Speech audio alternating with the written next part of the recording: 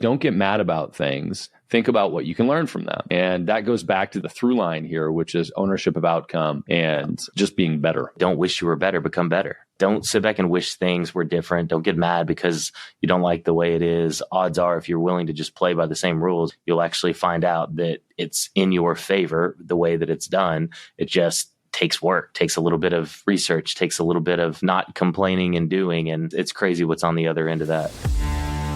Congrats on getting beyond $1 million. What got you here won't always get you there. This is a podcast for entrepreneurs who want to reach beyond their 7-figure business and scale to 8, 9, and even 10 figures. I'm Brad Weimert, and as the founder of EasyPay Direct, I have had the privilege to work with more than 30,000 businesses, allowing me to see the data behind what some of the most successful companies on the planet are doing differently.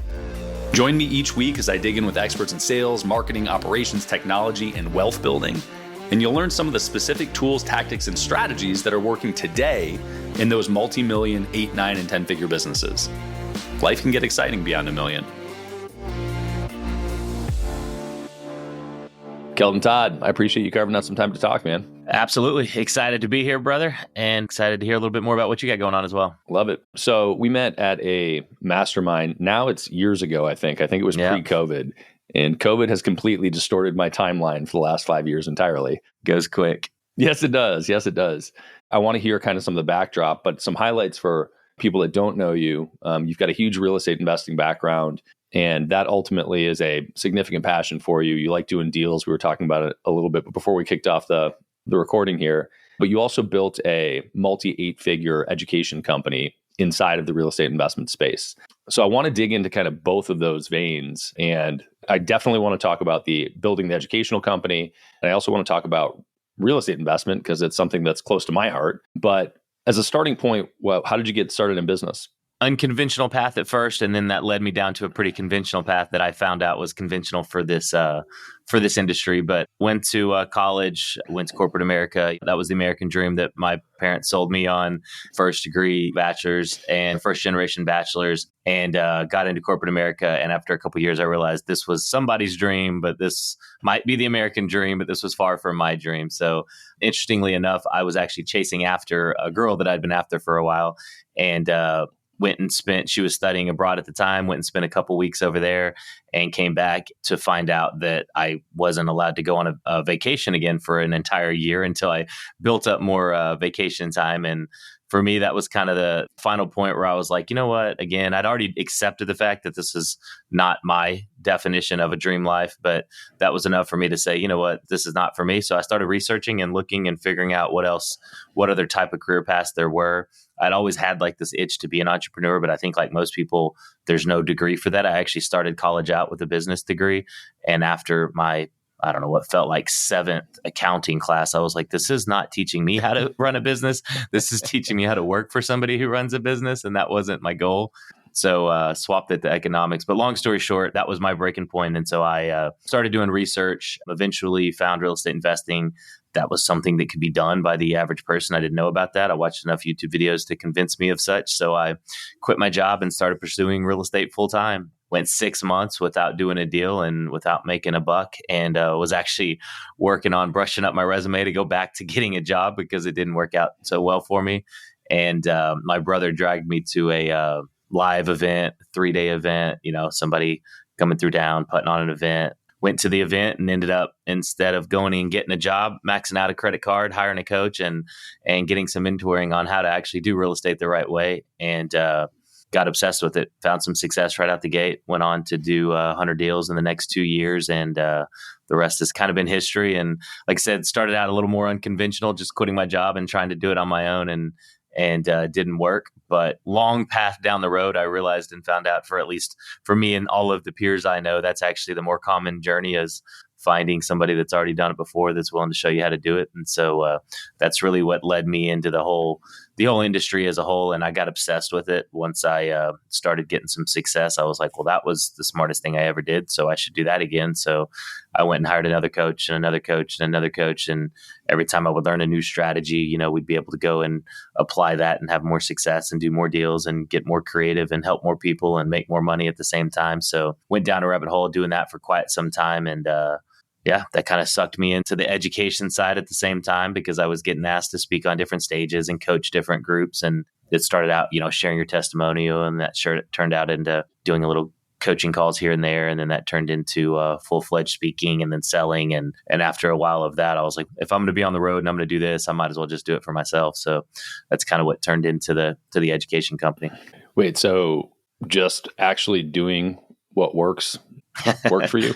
It actually did. Yeah, that's probably the most unconventional part once you truly get into just the education space. But yeah, and I think that's a topic that I always like to talk about just because I think it is unfortunately rare in this time where there's so many, influencers and everything in between that are telling you how to make a buck online from the mindset of all you have to know, I think they say, is be a couple chapters ahead of the person that you're teaching. And that's not really my belief. I think it's difficult to teach something that you haven't done. You haven't done it right, and you haven't done it wrong, and you haven't learned the hard way. But that's just my belief system. So yeah.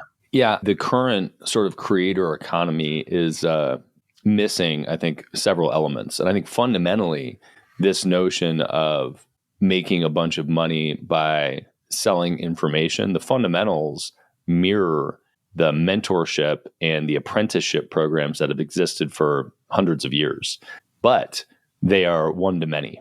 And those programs historically were one-to-one with an apprentice or one to a few learning from an expert. And that's how people got educated for hundreds of years. Hey, this is how you do this thing. And you learn it from somebody that's great. And the better the person is, probably the better that their apprentice is going to be. Unfortunately, when we got into the more recent era where you have exposure to hundreds, thousands, millions of people, it's easy to make a little bit of money or a good chunk of money. It's hard to sustain that reputation over time if you're not great. But it's a super interesting model. And, we've got hundreds or thousands of clients that sell information of some sort inside of the walls of Easy Pay Direct, or virtual walls here. But I want to hear about the real estate and what you learned, because it sounds like you went through several courses, or you said you went through several courses, all kind of different verticals, learning a different skill set.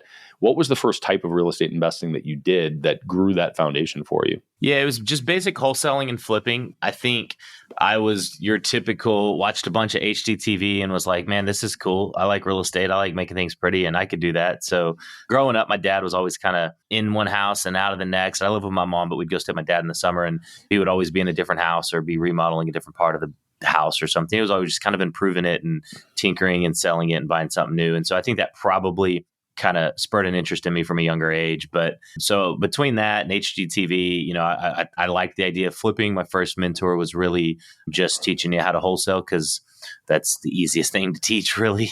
So I was started out just wholesaling, but by a desire, I kind of started flipping. And then I was like, well, maybe I should get someone to show me how to do this flipping thing, like someone showed me how to do that wholesaling thing.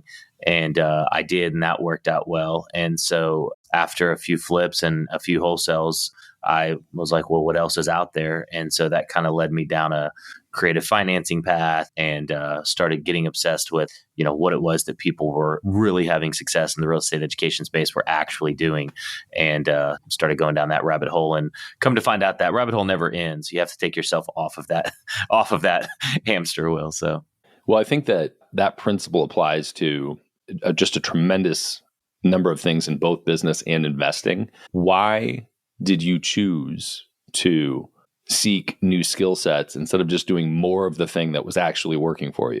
Yeah, the first, it was because I really had a passion for houses and for fixing things up and wanted to do that. So that's probably the only reason I went from wholesaling to flipping. And then if I'm just going to honestly answer your question, it's just because it's my personality. As we were sharing a little bit before hopping on this call, I'm a challenge seeker. I'm kind of a risk seeker. I like new things. And so for me, once I've done something 20, 30 times, it's like, all right, I've done this. I could sit back and do it again and again and again. But to me, that's not a very adventurous life. As we were also speaking about before we hopped on here, or before we started this recording here, I mean, you realize really quickly it's not all about the money. I mean, once you make 10 grand in one day or 30 grand on one deal several different times, you could try to scale that and you could do that over and over. But for me, it just wasn't very challenging. So that was my move into the flipping side of things. And then once I had those two skill sets, I learned really quickly that I like to actually serve the community that we were helping, the motivated and distressed sellers. A lot of people look at real estate investors and think that like we take advantage of people, when the irony is we're actually doing the opposite. We're keeping those foreclosures down and helping people great people in a tough situation. And for me, it was actually one of the reasons that really led to it was I knew some people that did it, and they were able to help people a lot better than I was. I could only help people if they didn't know too much on their house. They didn't need too much for their house. And so I got started down this kind of creative financing thing. And then I got obsessed with it, and I started figuring out how can we solve like every person's problem. And we started buying houses for more than what they were worth, 100% of value, and found a way to do that in a win-win way that was helping the homeowner while helping us. So it was a combination of all of those things that led to it. But most honestly, it was probably just a itch to do something new, itch for the next thing. Yep. I am very familiar with this itch. Yeah. I think a lot of people listening are. Let me know when you scratch it. Yeah. Well, I think that it's a noteworthy point. Most people, I have sort of an aspiration to be tremendously deliberate about everything that I do in my life and follow a plan, have it be premeditated, despite the fact that I like variety and adventure. I find tremendous satisfaction and sort of solace in having this stable plan as we go through life. But life and business are complicated, and they're messy, and they're fast, and a million things are going on. And it's okay to make a new choice to scratch that itch. And you can also be tremendously successful doing it. I don't think there's one right way to do things. So, your example is a good one for the masses that look at things and think maybe adding the skill set is the next path. So I like that. The other thing that I like that you said is that nobody has to lose in the equation. And people have this paradigm that real estate investors are taking advantage of people. And to be clear, there are plenty of them that do. Absolutely. Also, Yep. yeah. Yep. Same thing with business, right? Absolutely. Yep. Also, the big highlight is the better you get at something, the more control you have over the ability to create or find the win-win for all parties involved. 100%. Yeah, that's actually what we teach for a living. I mean, that is a real estate investor's job, is to create a win-win. Like you said, there's a lot who didn't. And I'll be honest, that's a lot of the reason for that is it was we call it a good old boys industry, and that's what it was for a long time. And unfortunately, the good old boys weren't really good old boys. They were taking advantage of people. And I think it's been a hard last 10 years in the industry, but I feel like the industry as a whole is breaking away from it, which is really cool. There's a lot of negativity that comes from this era of social media and all of that, but there are some positive things. And I think honesty, transparency, visualization into a lot of things has helped in a lot of ways. So it is cool to see it kind of transitioning. And that's how we view the whole industry is a win-win. The more education and knowledge you have, the more skills you have, the more you can allow not just yourself to win, but the other party involved or the other partners involved or whatever it is to actually make it to where everybody can come out on top. And I think you nailed it. I think people think of it as a zero-sum game. Like one person's winning, one person's losing. That's business. That's, especially, who I see to find this the most is non-business owners. Your typical everyday employee seems to think that business owners as a whole are all in this like competition against each other. And it's like the zero-sum game. It's almost like they're in competition with you as like an employee versus this business owner. And it's like, man, like all we want to do as business owners is add value to people, including you. Like if I can employ you and that's what you like, great. If I can serve you as a mentor and help you get started on your own, great. But it's not competition. It's how much value can we add to each other. And it's a crazy concept because it's something that I think you and I and a lot of entrepreneurs start to see as they advance. But it's something I didn't understand coming into it. I was one of them. I was a typical employee. I didn't see it that way at all. I couldn't figure out why my first mentor was even willing to mentor me because I thought I was going to be taking money out of his pocket. Like that's the viewpoint. So I can speak so passionately about them because I was them. It's not that I'm better or anything else. It's just that I'm different than who I was. That's where I came from. I've gone through this journey and realized like, man, business is exactly that. It's a win-win. And the more specialized knowledge you have and education and training and skill sets you have, the more you can help everybody in the journey win. Yeah, I think my general framework for that is that I feel very grateful that I grew up in commission-only sales because in commission-only sales, you don't have much choice but to take full ownership of the outcome if you're going to last. right? Either you sold the shit or you didn't. And if you didn't, sorry, it's on you. or you quit, right? But for me, that allowed me to very quickly associate ownership with personal growth and development and skill set growth and development. And that broke the frame for me of it's somebody else's fault very early in my life. Even if somebody else did something that wasn't ideal or that was negative to your outcome, it's still up to you. It's still on you. And in the entrepreneurial space, obviously there are varying levels of this, but it's more common to find a business owner with that mentality than an employee with that mentality because the business works or it doesn't. So I totally agree with you on that. Tell me about the different real estate investment strategies, because I want to go into kind of the launch of Info and how you landed there. But actually, real quick, I was going to add a note to the last topic there. There's a parable and I'll destroy it, so I don't even want to try to get it right. But long story short, what I took out of it is this term, maybe. And that's what I live by, right? Someone will, someone's like, oh man, I got some good news and some bad news. And I'm like, yeah, maybe, let's talk about it. Or, oh my gosh, we got something really bad happen. We got to have a meeting. We got to figure it out. There's this huge fire. And I'm like, well, maybe. And that's the mindset that we have around here. And I kind of force everybody to have it. It's like, no matter how bad it is, oftentimes whenever something really bad happens, what we really learn from it is like, hey, we were doing something wrong and we should stop doing that. And the problem was just bringing it to our attention. And so we could look at it like, oh my gosh, it's horrible because it's going to cost us business or it's going to cause somebody to be unhappy with this. Or we could just say, hey, let's do what we can to remedy that situation. But more importantly, look in the mirror and realize it's not a bad thing. It's a good thing because now we get to fix the problem that we were doing wrong. And so, yeah, to your point, I just use the term maybe. And some people, it drives them nuts and they'll be like, we know, Kelton, maybe, but this is bad. And I'm like, well, okay, maybe. I mean, it might take 10 years before we find out. But hindsight, we might look back and go, that's the time in my life that I changed the way I believe about something because something bad happened to me. And so until it's all unfolded, we don't know. So I just practice the art of maybe. Beyond a Million is brought to you by Easy Pay Direct. If you're an entrepreneur and you are still using a product like Stripe or PayPal to accept payments, it is time to find out why the largest names in your industry would never consider doing that. Check out easypaydirect.com/BAM to find out more. I'm a big fan of that. And, a parallel in real estate is people talk about, is it a good price or not? And that's a ridiculous question unless you add the context of over what time horizon. I love it. Yeah. Right? Did you overpay? Well, how long are you going to hold it? Exactly. No such thing. Yeah, exactly. Over a 20-year time horizon or 50 or 100 or 200, was it an expensive purchase? I love that. We try to open people's eyes up to that. I have 3 cardinal rules in buy and holds, and one of them is third, allow yourself the luxury of time.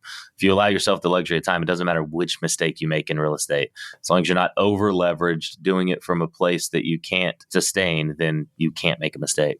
Yeah, I'm a big fan. I was talking to I rarely talk to the people next to me on planes because it drives me crazy. I don't want to be trapped in the conversation I don't want. Right.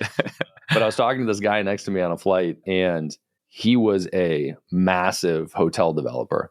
And one of the things that I love about real estate is the wild variety of asset classes, investment strategies, financial strategies around it. And we were talking about that specifically in land acquisition. And I was talking about kind of aggregating a few pieces of land to potentially build a hotel.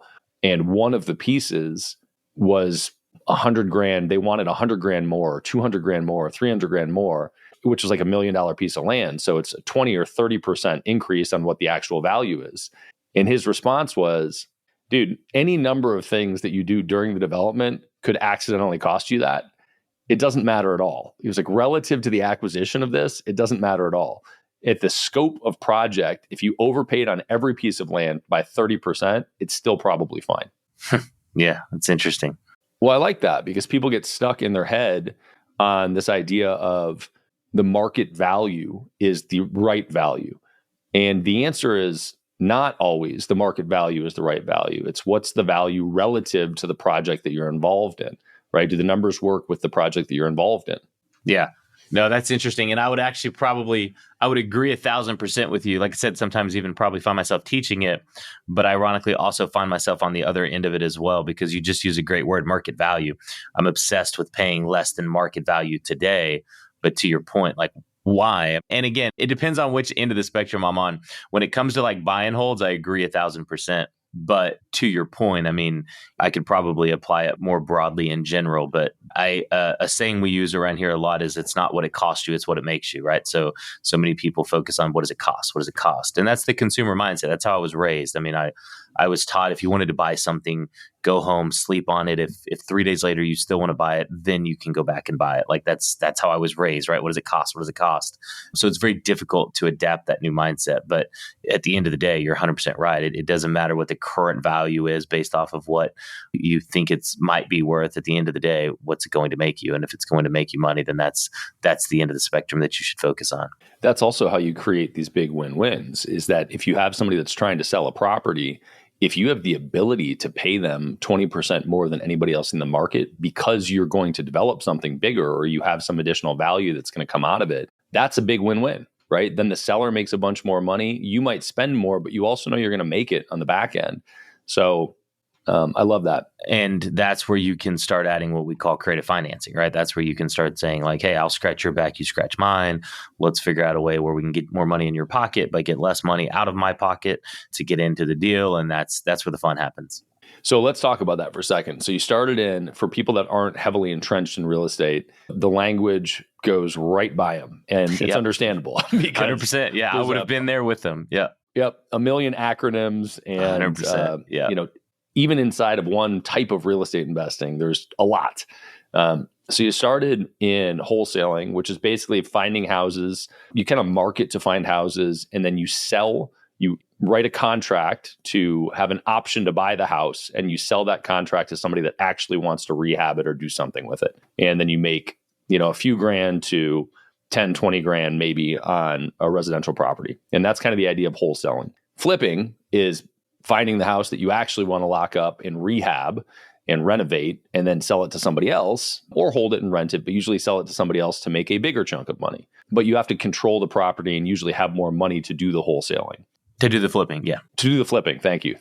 And then you moved into creative financing, and that could mean literally 1,000 things. So when you talk about creative financing, what did that real estate investing model look like for you? Yeah, so you nailed it. It's 100 different things. So I thought that it was like, oh, I'm going to take a course on creative financing. I'm going to hire a coach on creative financing, and come to find out 7 courses later and 7 coaches later, there's more than one way to skin a cat. And so it's a wide array. It starts from, for us, one goal right out the gate was we wanted to flip more houses at a time and larger houses. And even though, and people always get confused by this, like, I thought you were making all this money. I was like, well, we were running a business has expenses, but we were making good money. But in order to flip 10 houses at a time that are all relatively expensive in terms of, normal access to capital that most of us have, it was necessary for us to start getting creative with that. And so our first path on creative financing was actually just getting creative with people that weren't real estate investors that wanted to get in on some of these deals without having any knowledge or experience, but just having some money. So we started out getting creative on that front, where we would do like equity partnership deals where instead of getting like a hard money loan or a private money loan, we would just find somebody to fund the whole project, which was a lot easier because now we're in cash. We're not in these high interest rate environment. And come to find out, people were actually happier earning 10% on their money when they felt like it was a partnership and they were just actually making 30 grand profit, as opposed to me just saying, hey, I'll give you 10% on your money, because then they would the next day want to earn 12 and then find someone else giving them 13, versus when you were partnering with them, they were thrilled because you would have some decent size, singles. And then every now and then you'd have a triple or a home run. And then every now and then a grand slam, and they would make 50% on their money. And then they're never leaving you. Right. So that was the first world of creative financing, was just finding other people that were interested in what we were doing and making a small chunk of the pie with using their money. Then it got into working with the homeowner. So a homeowner seller financing it to us. So they would just seller finance the home to us. We would then fix it up, sell it, and then pay them off after we flipped the house. So that was reducing the amount of cash needed up front significantly. So now all of a sudden, like, your percent of return was much larger, your return on investment. Then it turned into, okay, but not that many people have their house paid off. They can actually do that. So now what happens if they have a loan on the house? So then we went down this road of taking over payments, buying houses subject to the financing that was already in place instead of going and getting new financing, which is a kind of a controversial topic in some ways in the industry. Some people think that it's more difficult than it is. Some people think that it's not, even though you can do it, you shouldn't do it. And so, I had to go down that rabbit hole of figuring out the best way to do it by a good trusted source that was doing it the right way. And ultimately loved that strategy. So learned it from a loan assumption. Well, let me highlight those two a little bit, because the seller financing alone is one of these things that if you don't do real estate investing, even though to a real estate investor, seller financing seems pretty straightforward in terms of the language we're using, what you highlighted was, and this is all through the lens of flipping, right? So you're in some way controlling a property, which means that you might own it or you might have an option to own it, and then you're going to rehab it and sell it for more money, which is going to give you a chunk of cash. And the seller financing, you were looking for people originally that own the house free and clear. And they said, hey, look, we're going to let you come in and rehab the house and do the whole thing. And you can just pay us some amount every month while you're doing it until you sell it. And then you will give us more money when you sell it and pay off the property when you sell it. Is that the fundamentals of seller financing for you? Yeah, 100%. And we break it down and just explain it to people just in terms of a traditional loan. I mean, it's, if you're familiar with like a term called the balloon note, right? It's not uncommon for someone to lend you money and then say, but you have to have it all paid off in 5 years, or you have to have it all paid off in 7 years. Very common in like commercial. But we would just do the same thing. We'd buy a house from a homeowner and just agree to pay it all off in a year, right? So they didn't even really care what we were doing with the house, flipping it or not, as long as in the agreement they either got the home back with the down payment that we put down, or they got the home back, or they got paid at the rate that we agreed to. It was just a year later. And for them, it was, they always took more money a little bit later, not always, but oftentimes they would, especially people that have their homes paid off. They're on more of a fixed income versus for us, it was a no-brainer because, like I said, back to the whole idea of not having to go raise capital for it. So yeah, I think that's a great way to explain it. And like you mentioned, that works with people that have their home paid off. But now somebody doesn't have their home paid off, and come to find out you can do the same thing, right? They already got a loan. It was from the bank. So just keep making those payments to the bank on their behalf. And again, pay them a little bit more money to allow you to do that. And goes back to creating win-wins, right? I was fascinated the first time somebody let me buy their house and leave their financing in place because I was willing to pay them an extra $5,000. And what I learned is, like, we all apply our thinking and our current situation to other people, but most of the people that we were working with that strategy never in their life had they had the opportunity to just have an extra $5,000 or $10,000. Like, to us, we don't think much of that, but once you reach a level of success in business, but the average American just doesn't have an extra 10 grand dropped in their lap very often. And so for them to leave a financing in place that they already have, it makes perfect sense sometimes, not always, but sometimes. And so, especially if, you were going to agree to pay that thing off in a matter of years anyways, they love the idea of it. And once I realized that, it opened up a whole new world, because it was like, wow, we can help pretty much everybody now. So it doesn't matter if they are in a distressed situation or motivated to sell quickly, or if they're just in a situation where they're opportunist that wants to make a little extra money whenever they sell their house.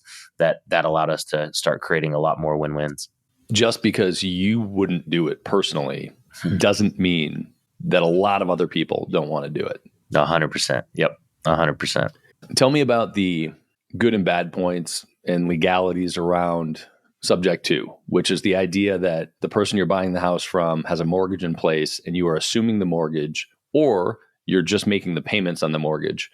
You mentioned that that this is a controversial topic and there's a right way to do it and a wrong way to do it. What do you not want to do, and what do you want to do if you're trying to do that? Yeah, what I've learned is, you actually even used a funny word right there. So what I've learned is, the older somebody is, the less they like the strategy of sub 2. The younger somebody is, the more they like it.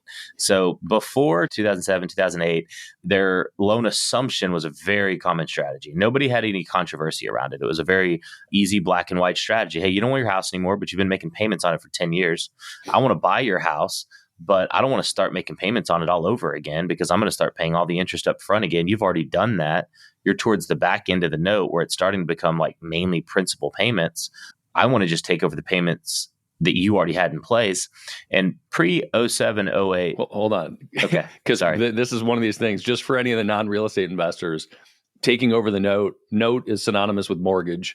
And mortgages are usually over 15 or 30 years and they're amortized. And the way that it's really like a gangster model that maybe shouldn't be allowed at all. Agreed, 100%. Yep. If your interest rate on a mortgage is 2, 3, 4, 5, 7, 8% these days, on the front end of a 30-year mortgage, the first 7 years, if your payment is $1,000 a month, the first 7 years, almost all of that 1,000 is just interest that's getting paid to the bank, and almost none of it is paying off the actual amount that you owe on the mortgage. And so when you say, hey, we're going to take over somebody's payments, if they've been paying for 25 years, every single payment after 25 years is mostly just going right to the bottom line of what they owed on the house. I had to highlight that because that thing, if you don't invest in real estate, people don't know that, don't get it. And it's a huge, huge, huge deal. I need to bring you into our training so you can just stop me and do that exact narration throughout all of our trainings, because even though you don't mean to, you don't realize it, but you're taking it for granted that you've discovered these things.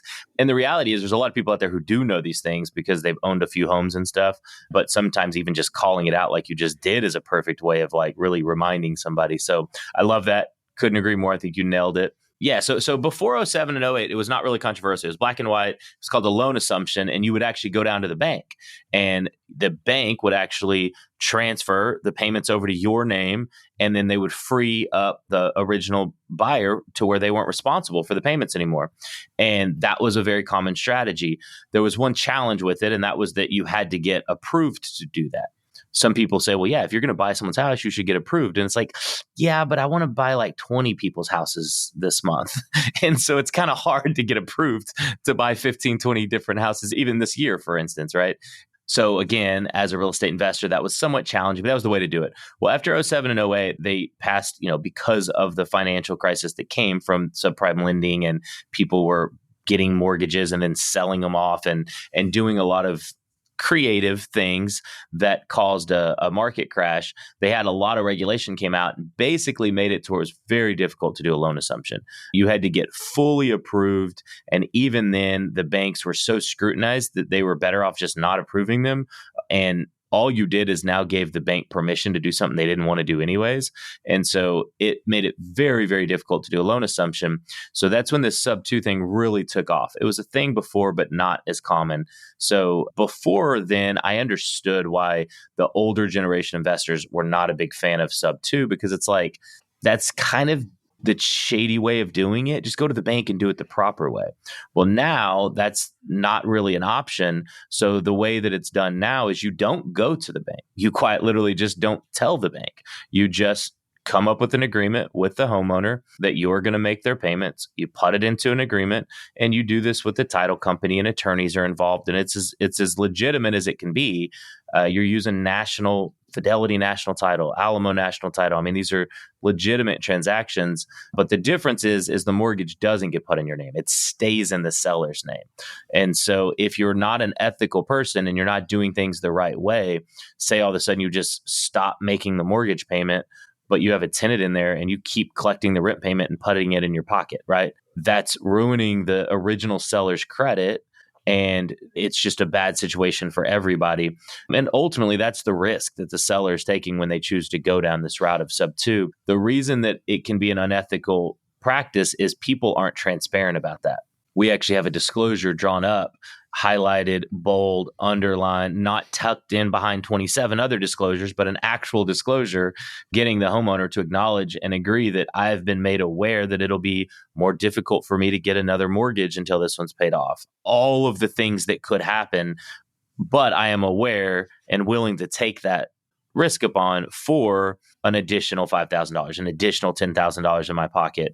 And that really comes down to being a good communicator and being an honest business owner where you're reputable, they can kind of trust you. And over time, you've built a reputation where you can give them references and they start to realize that it's not a high risk type structure to do with somebody who's actually legitimate. And to be honest, most people that I know nowadays are doing them the correct way. There's always going to be a bad apple that's going to kind of ruin it for everybody. And there's always that horror story of, well, I heard about this deal. And it's like, well, there was a shady person involved in that deal. And there's shady stories about every strategy that exists when there's shady people involved. But like I said, that's why we're making a conscious effort to not only try to do things ethically and on the up and up, but teach our students to do the same and really try to encourage the entire industry as a whole to start doing the same.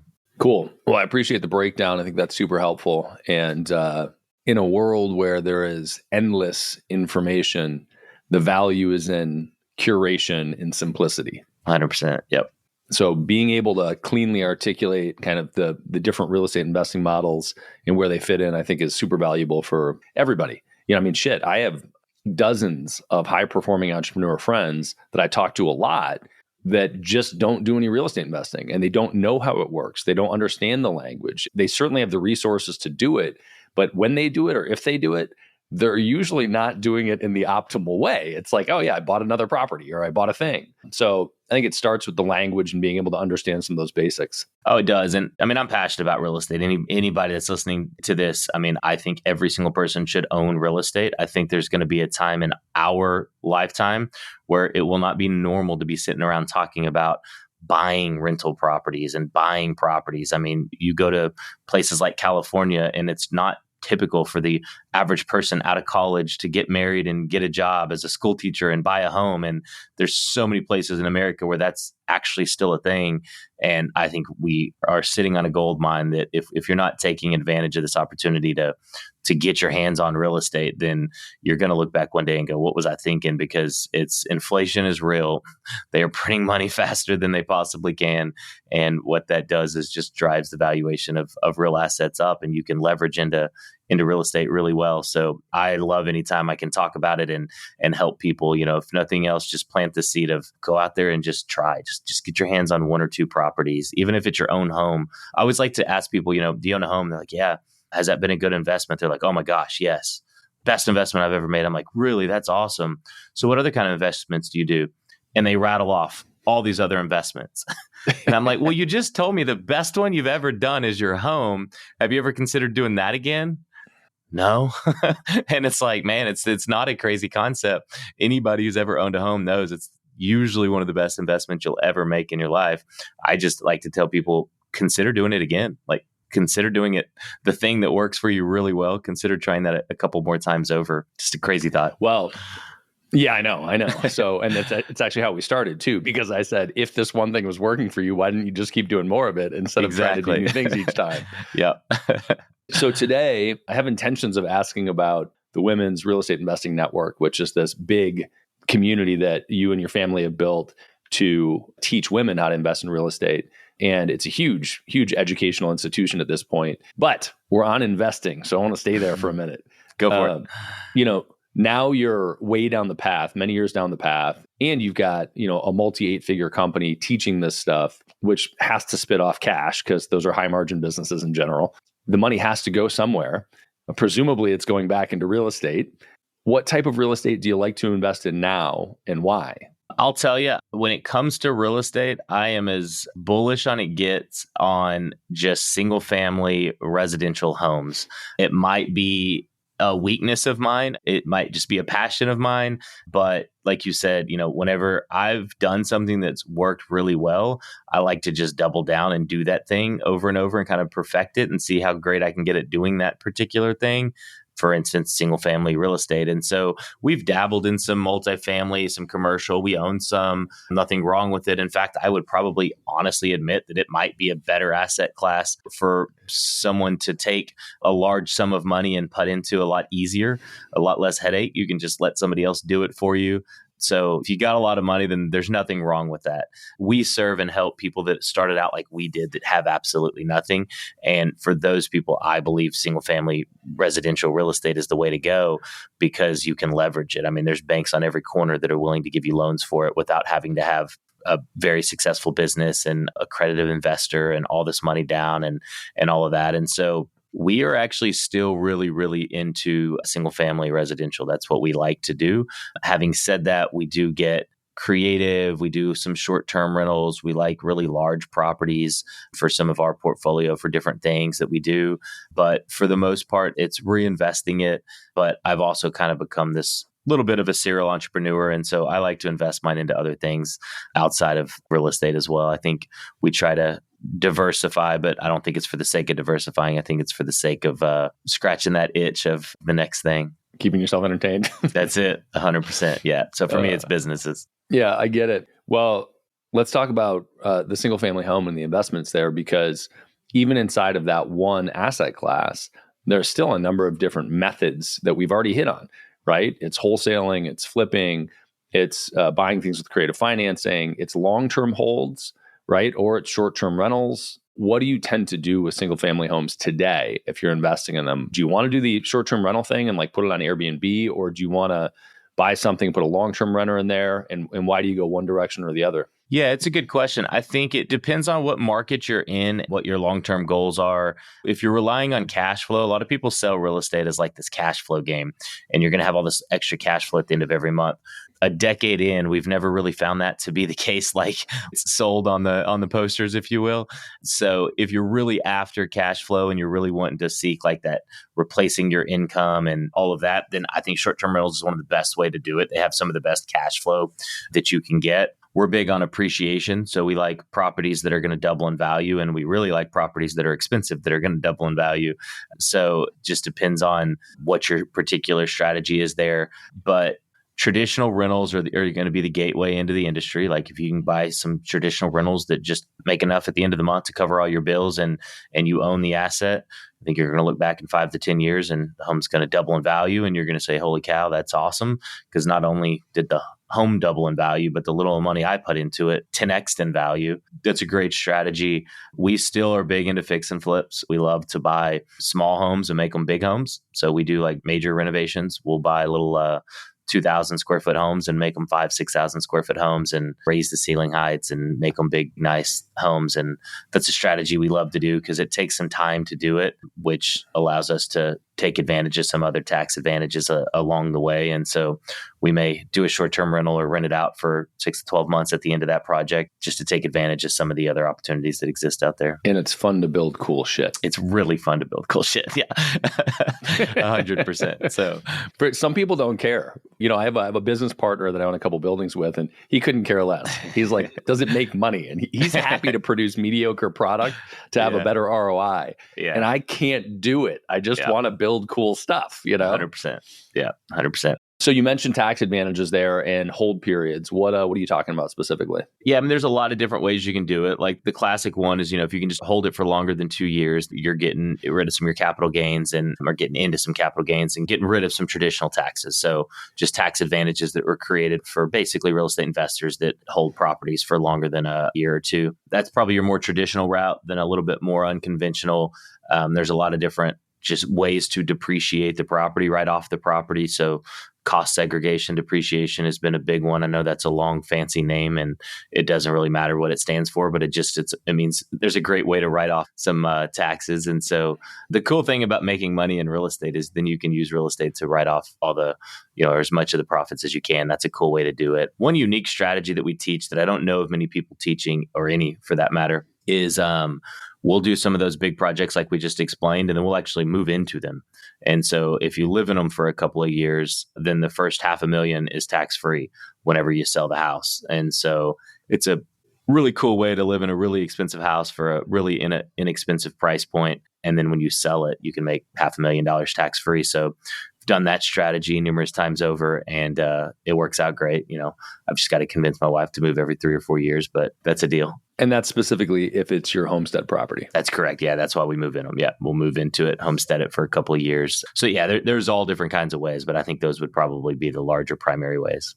Dig it. Yeah, we've talked about cost seg several times on this show because it's for me, it's if you are a real estate professional, which by the letter of the IRS means that your number one time commitment as far as money making goes is real estate investing, and you spend at least 750 hours a year doing it.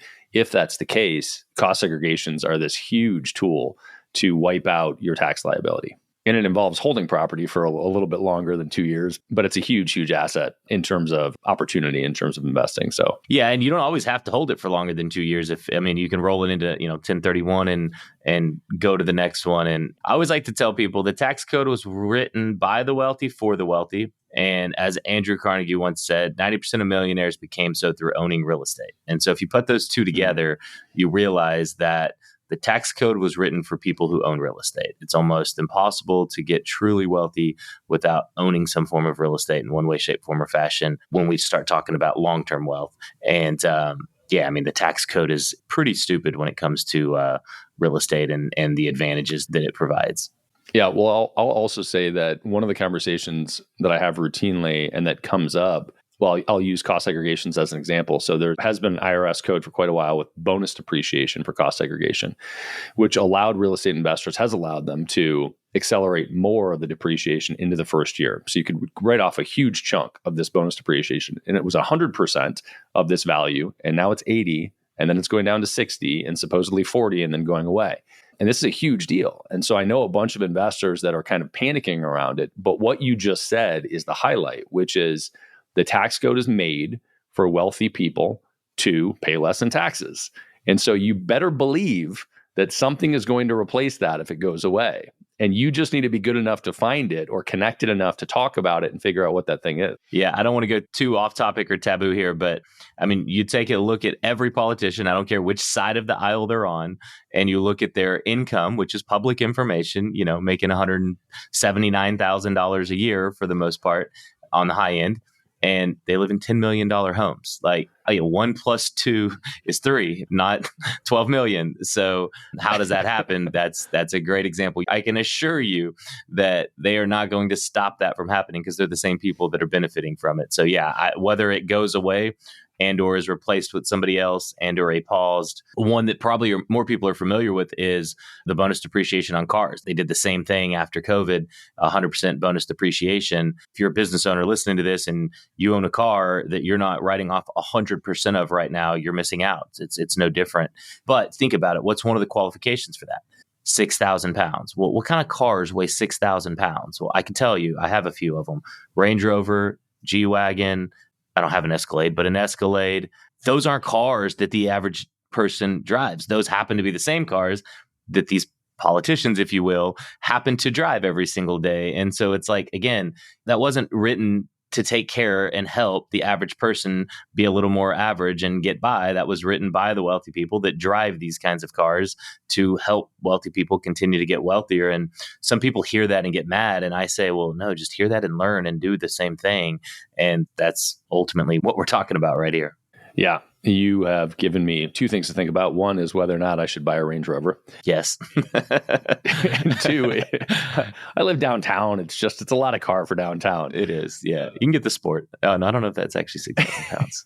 And then two is don't get mad about things. Think about what you can learn from them. 100%. And that goes back to this general thing that the through line here, which is ownership of outcome and just being better, learning to be better. I would never claim to improve or even change a quote, but one of my favorite quotes by Jim Rome was, don't wish it was easier, wish you were better. And I always like to add a little tagline on the end of it. Don't wish you were better, become better. To me, that's like a signature through line right there. Like, don't sit back and wish things were different. Don't get mad because you don't like the way it is. Odds are, if you're willing to just play by the same rules and learn the rules, you'll actually find out that it's in your favor the way that it's done.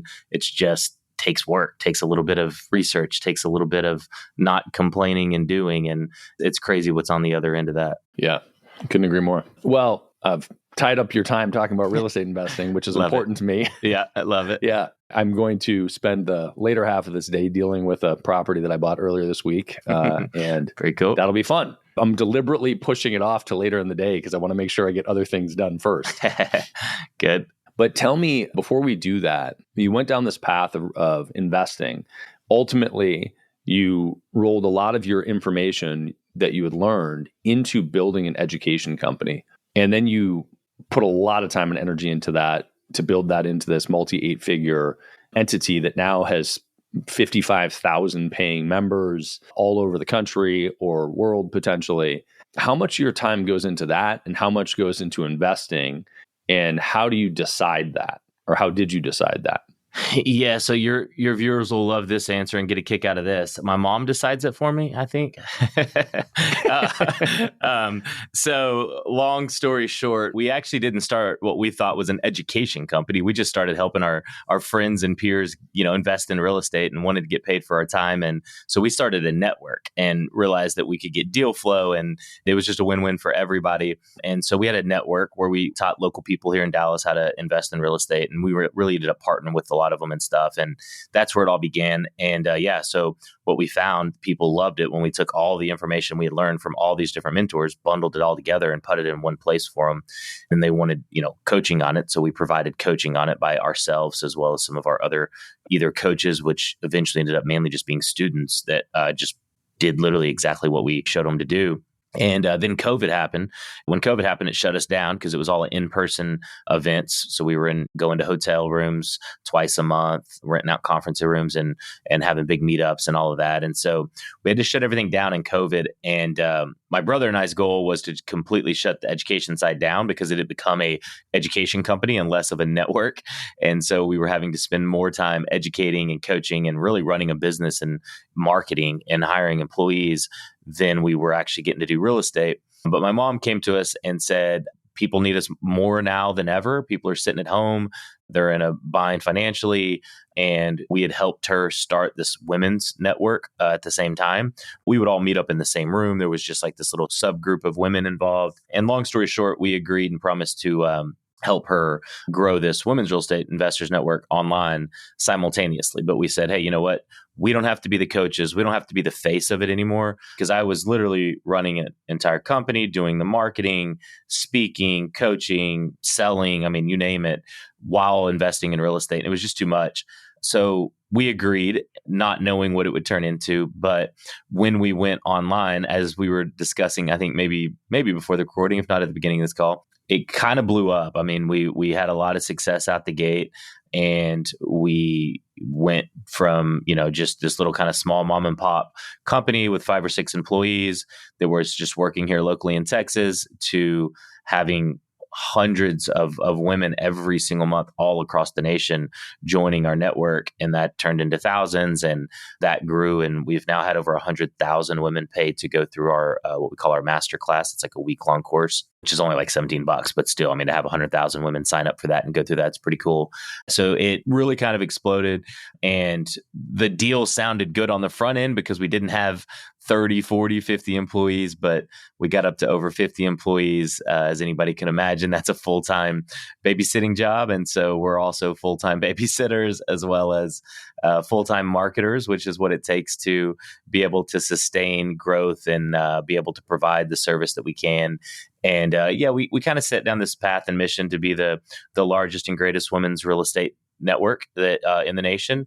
And I believe we certainly accomplished that. And we've had a couple of record-setting events. We had over 3,000 women investors in one room a couple years ago. And then we had our advanced students only last year, and that was still over 1,000.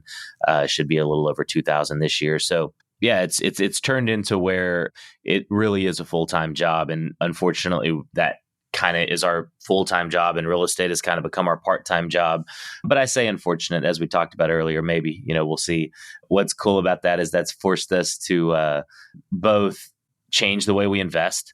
So we do a lot more passive investing and a lot less active. So a lot less of our time, but also it's really kind of opened up this itch for me to now I'm obsessed with businesses and growing businesses. And I think flipping businesses is my next endeavor that I'm going down. And so I think it's kind of cool. It's come full circle, but at the same time, I don't think running an education company for the rest of my life is in my cards. So it's just navigating what that looks like. And we're trying to build out the right C-suite team right now and get people in place to be able to give us our time back and allow us to truly do what we do. But it's cool. We serve a lot. We reach a lot of people. We help a lot of people. And the testimonials are just cool hearing people's lives that are changed. And so as much as I say that, all it takes is one testimonial to get me to agree to put on another event or give another weekend to another training or whatever it is. So. Right. You get a success story from somebody that you taught and it fuels you. Yeah, I mean, one of my favorite is like we'll get them from time to time, like pictures of them picking their kids up from school, and I pick my kid up from school every day now because real estate's, giving me the freedom and time to do this. And it's like, man, I see one of those and I can put my head down and go to work for another year. Like that's pretty cool because I know how it did, I know what it did for my family. So when you see it change people's lives like that, you're like, all right, maybe this is my call. Maybe this is what I'm supposed to do. But like we said, it's not as simple as it always sounds. What do you think the worst mistake is that you've made through your journey in both real estate investing and building the company, or one or the other? Oh man. Probably pretty typical. I think we were like a lot of people that had success during an up market and kind of thought we were inevitable or invincible. I mean, and instead the inevitable happened, and we had a market change and a market shift. And we went from almost 60 employees to being in a situation where with the interest rates and the news and the economic environment, it didn't make sense. People think that now's not the best time to get started investing in real estate. Unfortunately, they get some bad news coming when they try to do it any later than now. But the reality is like anybody, we grew too fast, grew not preparing for a down market. And so when that happened, we were never over leveraged as far as like financially, but over committed in terms of too many projects going on, too many large scale projects going on out of our cookie cutter niche that we usually do, because it was easier to just do bigger ones instead of stick to our model that we teach. We started doing even larger scale projects and different things, in addition to just being stuck in a position where we had to do layoffs, which I never really fathomed and didn't like that experience. And hindsight, looking back, I could have prevented it if we had planned a little bit better in advance and not been quite so bullish on, you have win after win after win, and you think all that's in the cards is wins.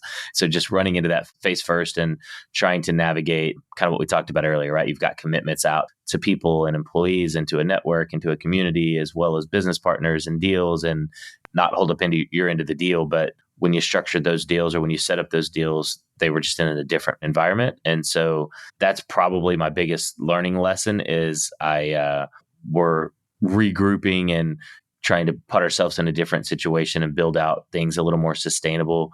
We were relying largely on one traffic source for a multi-8-figure business. Relying on one traffic sources can be very dangerous. And we now realize that we've got to diversify and get a little bit more recession proof and build it out in a way that's a little bit more sustainable. So that's overall my answer. In real estate, it's very simple. It's partnering with people that I knew or I could tell right out the gate that I wouldn't have wanted to go have a dinner and a beer with.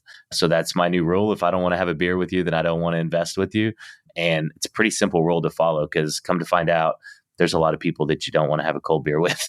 And so that's kind of my new rule. So that's the only time we've ever quote unquote lost money in real estate was had a couple of partners that one freaked out and got cold feet and wanted to sell in the middle of a project for no apparent reason. Another one just started doubting us because the market was slightly changing, and somehow, we were supposed to know exactly what that was going to happen and call in advance. And the irony is, at the same time, we had other partners that wrote it out with us and ended up making more money. And we actually made more money in real estate during COVID than any other time. But bad partners can not only just make a deal go bad, but can time suck you and suck your energy out of you and drain you pretty quickly. So those are some of the biggest mistakes. That's awesome. So in business, safeguard against potential negative situations. And in your case, one of the things you highlighted was one traffic source. And for those of you that don't do paid advertising, that probably means all of your ads run on Facebook, which was Facebook and Instagram now, or all of them run through Google. And making sure that you've figured out how to run ads and get them to work and convert on multiple platforms is what safeguards you if one of those platforms changes their algorithm or whatever. And we see that all the time. And we also, obviously, Easy Pay Direct, a huge tenet for us is if you have one mechanism to accept payments and you lose the ability to accept payments with them, it's the same situation. You're screwed. And there are a million reasons that might happen. But if you have a single point of failure in your business, period, it's worth assessing and looking at how you can add some redundancy there. 100%. Yep. I agree. And I think it's easy to hear that and be like, oh, well, we all should have predicted blah, blah, blah, blah. It's not about predicting. It's just about being in a place to where it's like, hey, from time to time, you may have to let people go. That's part of business and that's part of life. But doing it from a place of more preparation and knowing like, okay, we're doing this while this is working versus building out, big, large scale company that's all dependent on one traffic source, or to your point, one payment processor or one or merchant. I don't know the correct terminology in your industry, but yeah, so. You got it. Payment processor, merchant account provider. Those are the words. Gotcha. All right. Well, the other one that I want to highlight before we wrap here is in real estate. And I think, you mentioned a couple different versions of this, but one of the things that I do when I'm investing is run the numbers and figure out if my investment thesis or my strategy, the specific model that I put in place, I'll run the numbers on it and say, does this work? Obviously, I'm only going to buy it if it works.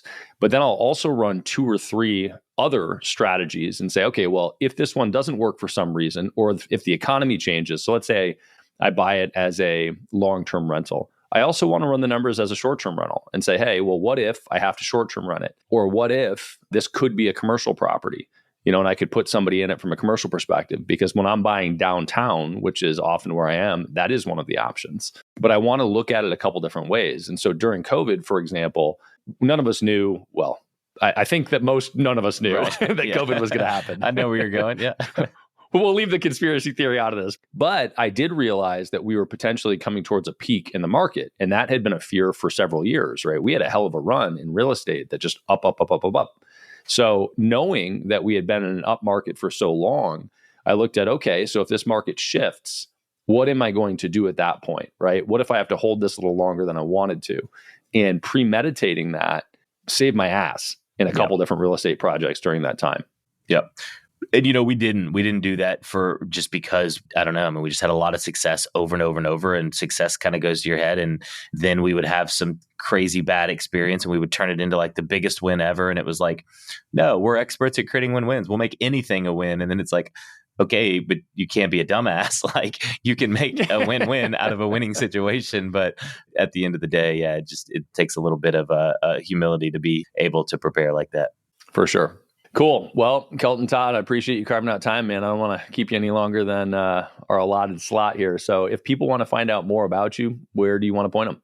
Yeah. Right now, I like to live under the radar as much as possible on my own stuff, just because I'm in a transitioning phase on a lot of different areas. But you can definitely find me at Kelton Todd on social media. Relatively unique name. I don't think there's too many. You should find me pretty quick. Just Kelton Todd, mainly Facebook, Instagram. Kelton with a K, Todd with 2 Ds. That's it. Yep. And then if you happen to be a female interested in investing in real estate, my mom is the face of the Women's Real Estate Investors Network. That's a family business that we run and own and help women get started investing in real estate. So if you are one or know of one, I believe it's a great cause that's helping a lot of ladies change their life and changing the entire makeup of the industry at the same time. So it's a cool thing we got going on there as well. That's awesome. Thanks so much for carving out time. All right. Appreciate it, Brett. If you learned one thing on this episode, share it with another entrepreneur. They need to hear it. Also subscribe so that new episodes just show up on your phone. It's a lot easier that way. And if you want the really good stuff, check out our free BAM! Tactics and Strategies course. It's where we curate the best tips, tricks, and tools that our guests know, whether they've shared them on the podcast or not. Just go to beyondamill.com. You'll also find previous episodes and show notes at beyondamill.com.